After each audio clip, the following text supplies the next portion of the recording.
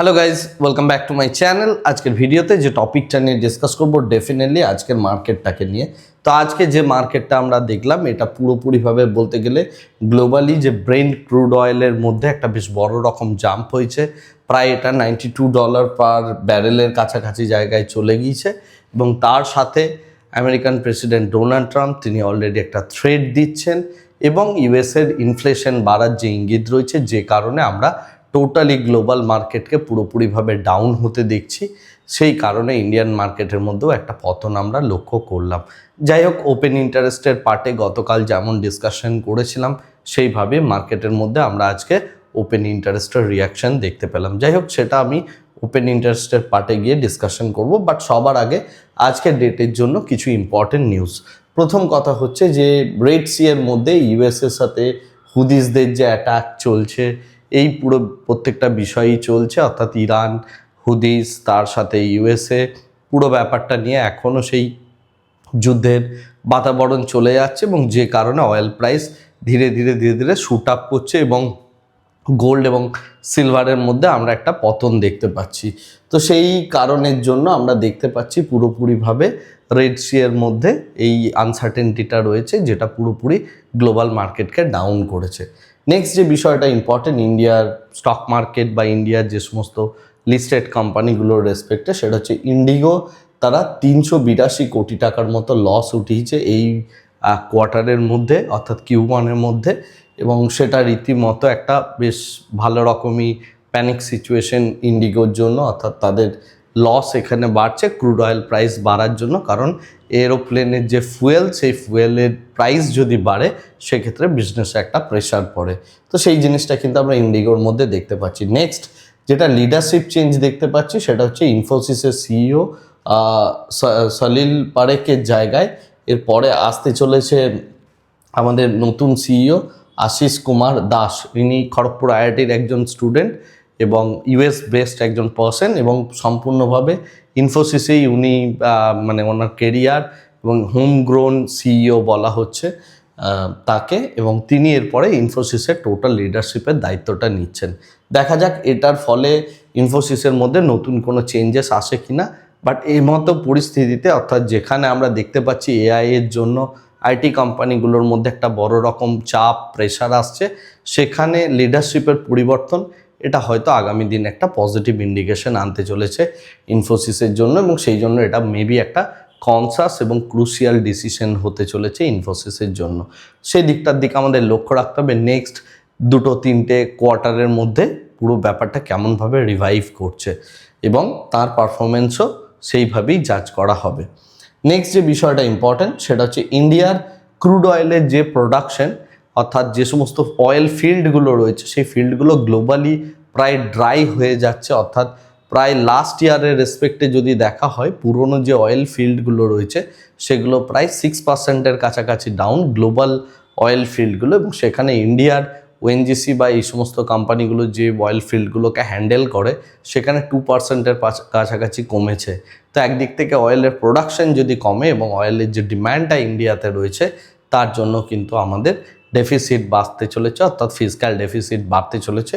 তো সেটা একটা উদ্বিগ্ন হওয়ার মতো জায়গা, এবং তার সাথে আজকের ডেটে আমরা দেখতে পাচ্ছি ক্রুড অয়েল প্রাইস বাড়ছে, যে কারণে রিলায়েন্স বা এই সমস্ত যে পেট্রোল ডিজেল ড্রিভেন যে বিজনেসগুলো রয়েছে সেগুলো প্রত্যেকটার মধ্যে কিন্তু ডাউনফল আমরা লক্ষ্য করছি। এনিওয়েজ, নেক্সট যে বিষয়টা ইম্পর্ট্যান্ট, আদানি পাওয়ার তারা নিউক্লিয়ার প্রজেক্টগুলো কিভাবে এক্সিকিউট করবে সেই নিয়ে তারা একটা অ্যাসেসমেন্ট শুরু করেছে, কারা কারা ডেলিভার করতে পারবে, এবং গ্লোবালি আদানি পাওয়ার পুরোপুরিভাবে একটা নিউক্লিয়ার পাওয়ার ড্রিভেন কোম্পানিতে পরিণত হতে যাচ্ছে। এবং তার জন্য তারা যে জায়গাটার দিকে তাকিয়ে রয়েছে, অবশ্যই ইন্ডিয়ান গভর্নমেন্টের যে পলিসি সেটা কিভাবে হয়, কারণ ইন্ডিয়া প্রথমবার এরপরে একজন প্রাইভেট প্লেয়ারকে নিউক্লিয়ার পাওয়ার বানানোর মতো প্রজেক্ট দিতে চলেছে এবং এই প্রজেক্টটা মধ্যপ্রদেশে হতে চলেছে। তো যাই হোক, দেখা যাক এটা কোন জায়গায় যায় এবং ইন্ডিয়ান পলিসি মেকাররা কীভাবে পুরো জিনিসটাকে অ্যাকচুয়ালি এগিয়ে নিয়ে যায়। এবং সেই কারণে আদানি পাওয়ার এবং তার সাথে নিউক্লিয়ার পাওয়ার রিলেটেড যে সমস্ত কোম্পানিগুলো রয়েছে সেগুলো প্রত্যেকটা কিন্তু ফোকাসে থাকবে। যাই হোক, এই হচ্ছে ইন্ডিয়ার স্টক মার্কেট পার্সপেক্টিভ থেকে আজকের ডেটের ইম্পর্টেন্ট নিউজ, যে নিউজগুলো আগামী দিনের জন্য ইম্পর্টেন্ট হতে চলেছে। নেক্সট যে বিষয়টা ইম্পর্টেন্ট সেটা হচ্ছে Nifty, Sensex, bank Nifty, mid cap Nifty, small cap Nifty, সমস্ত জায়গায় আমরা আজকের ডেটে একটা ডাউনফল দেখতে পেলাম। তার সাথে আমরা ইন্ডিয়া ভিক্সকে বাড়তে দেখলাম, কারণ যখনই ডাউন হয় ভিক্স এক্ষেত্রে বাড়ে। নেক্সট হচ্ছে আমরা যদি দেখি ইউএসডি আইএনআর, সেটা কিছুটা পরিমাণ স্লাইডলি একটু বেড়েছে। গতকাল 96 টাকা 30 পয়সা 40 পয়সা এরকম রেঞ্জে ছিল, সেই জায়গা থেকে সামান্য বেড়েছে। বিটকয়েন প্রাইস আরও 1.5%, 2%-এর কাছাকাছি ফল, এবং ইউএসের যে বন্ডের ইল্ড রয়েছে সেই ইল্ড মোটামুটিভাবে এখন 1%-এর ওপর আপ, অর্থাৎ এখানে ইউএস বন্ডকেও ডাম্প করা হচ্ছে। যাই হোক, এখন যেটা বিষয় সেটা হচ্ছে আমাদের আজকের ডেটে অ্যাডভান্স 1000 স্টক এবং ডিক্লাইনিংয়ে 2000 স্টক, এনটিপিসি গ্রিন সব থেকে হাইয়েস্ট এখন টপে রয়েছে। এছাড়া অর্থাৎ আজকের ডেটে বেড়েছে টপ 5 নিফটি 500 স্টকের মধ্যে CP plus, graphite, map my India, এগুলো হচ্ছে ইম্পর্টেন্ট। আর এই দিক থেকে দেখতে গেলে CIE India, SRF, Adani green, IndusInd bank, Acutaas, এই সমস্ত শেয়ারগুলো আজকের ডেটে পুরোপুরিভাবে ডিক্লাইনিংয়ে রয়েছে। যেহেতু অয়েল প্রাইস ফল করছে, তো সুতরাং রাইজ করেছে, সেই কারণে রিলায়েন্স বা এই টাইপের যে সমস্ত অয়েল ড্রিভেন কোম্পানি সেগুলো রীতিমতো ডাউন। এবং তার সাথে আমরা যদি দেখি যে এই অয়েলের সাথে কোরিলেটেড হওয়া যে ইন্ডাস্ট্রিগুলো, অর্থাৎ ইনফ্লেশনারি প্রেশার একদিক থেকে বাড়তে দেখছি, যে কারণে আমরা মোটামুটিভাবে সমস্ত রকম স্টককেই রীতিমতো ডাউন হতে দেখছি। বিশেষ করে আদানি এন্টারপ্রাইজ, আদানি পোর্টস থেকে শুরু করে যত শেয়ার রয়েছে ম্যাক্সিমাম পোর্শনটাই আজকের ডেটে রীতিমতো ডাউনের জায়গায় ছিল। কেবলমাত্র Bajaj auto, Hero MotoCorp, Eicher motor, অর্থাৎ অটো স্পেসটার মধ্যে আমরা একটা পজিটিভিটি লক্ষ্য করলাম, এবং তার সাথে আইটি স্পেসটার মধ্যেও কিছুটা পজিটিভিটি রয়েছে টিসিএস, ইনফোসিস, এইগুলোর জন্য, টিসিএস, এই সেলটেক, এই সমস্ত শেয়ারগুলোর জন্য। তো এই হচ্ছে টোটাল নিফটি 50 রেসপেক্টে আজকের ডেটের বৃদ্ধি বা হ্রাস। এবং সব থেকে ইম্পর্টেন্ট যে জায়গাটা সেটা হচ্ছে ইন্ডিয়া ট্যুরিজম, নিফটি রিয়েলটি, তার সাথে আমরা যদি দেখি অয়েল অ্যান্ড গ্যাস, এই ইনফ্রাস্ট্রাকচার, এই সমস্ত যে এরিয়াগুলো রয়েছে সেগুলো রীতিমতো আজকের ডেটে বেশ ভালো রকমের ডাউন। এবং সব থেকে ইম্পর্টেন্ট যে জায়গাটা অটো সেক্টরের মধ্যে একটা স্লাইডলি তাও বুলিশনেস আমরা এক্ষেত্রে দেখতে পাচ্ছি। গ্লোবাল মার্কেটের পার্সপেক্টিভ থেকে যদি দেখা হয় সমস্ত কিছু ডাউন, এবং ম্যাক্সিমাম ইন্ডেক্স 1%-এর ওপর ডাউন, কিছু কিছু ইন্ডেক্স প্রায় 2%-এর কাছাকাছি ডাউন। অর্থাৎ পুরো যে আজকের ডাউনফলটা এটা কিন্তু সম্পূর্ণভাবে গ্লোবাল প্রেশারের কারণেই যে হয়েছে সেটা বলার আর অপেক্ষা রাখে না। এবং এর যে মেইন কারণ সেটা অবশ্যই যুদ্ধ, এবং তার জন্য আমরা ক্রুড অয়েল প্রাইসকে 5%, 6% এইরকম বাড়তে দেখছি। ব্রেন্ট এই মুহূর্তে $100 পার ব্যারেলে গিয়ে পৌঁছেছে। ন্যাচারাল গ্যাস প্রাইস যদিও ফ্ল্যাট। যেহেতু ক্রুড অয়েল প্রাইস বাড়ছে, গোল্ড অ্যান্ড সিলভারের মধ্যে আমরা একটা পতন দেখব, এটা খুবই স্বাভাবিক। এবং তার সাথে সাথে আমরা যদি দেখি কপার প্রাইসও ফল করছে। জিঙ্ক অ্যান্ড অ্যালুমিনিয়াম প্রাইস আজকের ডেটে মোটামুটিভাবে বলতে গেলে ফ্ল্যাট। আর নিফটি ওপেন ইন্টারেস্টের পার্সপেক্টিভ থেকে যদি আমরা কথা বলি, গতকাল যেটা বলেছিলাম 24,000-এর স্ট্রাইক প্রাইসটা আমাদের কাছে ব্যারোমিটারে কাজ করবে।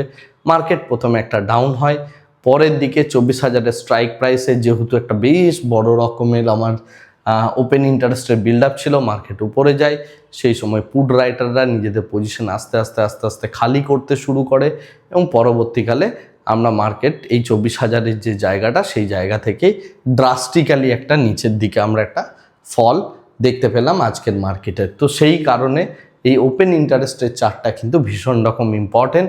গতকালই দেখিয়েছিলাম আমরা যে পুরোপুরিভাবে আপসাইড পুরোপুরি ক্যাপ রয়েছে, এবং ডাউন সাইডের দিকে মার্কেটে যাওয়ার এবং গ্যাপ ডাউন হওয়ার চান্সেস প্রবল ছিল, রাইট। এবং তারপরে মার্কেট ওপরের দিকে এসে পুরোপুরি একটা ড্রাস্টিক্যালি ডাউনফল দেখালো পুরো গ্লোবাল মার্কেটের কারণে।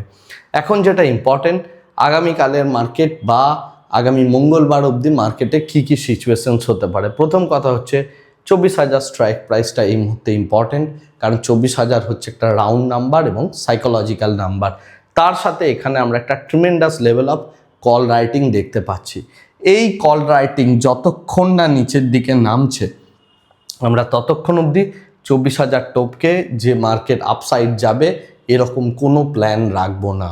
সুতরাং যদি আমাকে বাইং সাইডে যেতে হয় 24,000 স্ট্রাইক প্রাইসের পুট কল রেশিও, শুধুমাত্র এই স্ট্রাইক প্রাইসের পুট কল রেশিও বা এই স্ট্রাইক প্রাইসের মধ্যে কি চেঞ্জেস আসছে সেটাকে লক্ষ্য রাখাটা খুবই দরকার। আর সেফ ট্রেড বলতে গেলে 24,100, 24,200, 24,000 এই সমস্ত স্ট্রাইক প্রাইসগুলোতে যদি আমরা মানে ডাউন সাইডের দিকে অর্থাৎ ক্রেডিট স্প্রেড যদি আমরা করি, সেক্ষেত্রে বেয়ার কল স্প্রেড বা এই টাইপের স্প্রেড যদি করি, প্রফিটেবিলিটির চান্সেস যথেষ্ট ভালো থাকবে এবং সেটা রীতিমতো একটা সেফ প্রফিট হতে পারে। দেখা যাক আগামীকালের মার্কেটে ডোনাল্ড ট্রাম্প বা কোনো গ্লোবাল মার্কেট থেকে কোনো নতুন নিউজ আসে কি না।